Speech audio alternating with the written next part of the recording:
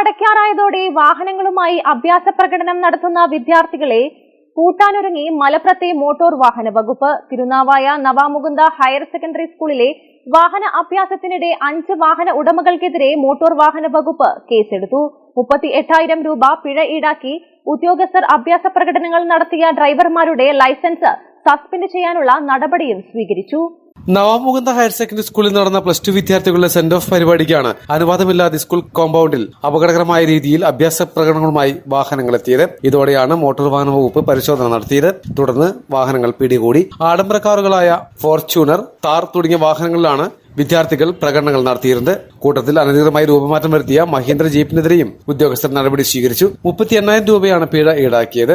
അഭ്യാസ പ്രകടനങ്ങൾ നടത്തിയ ഡ്രൈവർമാരുടെ ലൈസൻസ് സസ്പെൻഡ് ചെയ്യാനുള്ള നടപടിയും മോട്ടോർ വാഹന വകുപ്പ് സ്വീകരിച്ചു. സ്കൂൾ അധികൃതരുടെയും നാട്ടുകാരുടെയും പരാതിയെ തുടർന്ന് മലപ്പുറം എൻഫോഴ്സ്മെന്റ് RTO PNS നിർദ്ദേശപ്രകാരമായിരുന്നു നടപടികൾ. മലബാർ ടൈംസ്, തിരുനാവായ.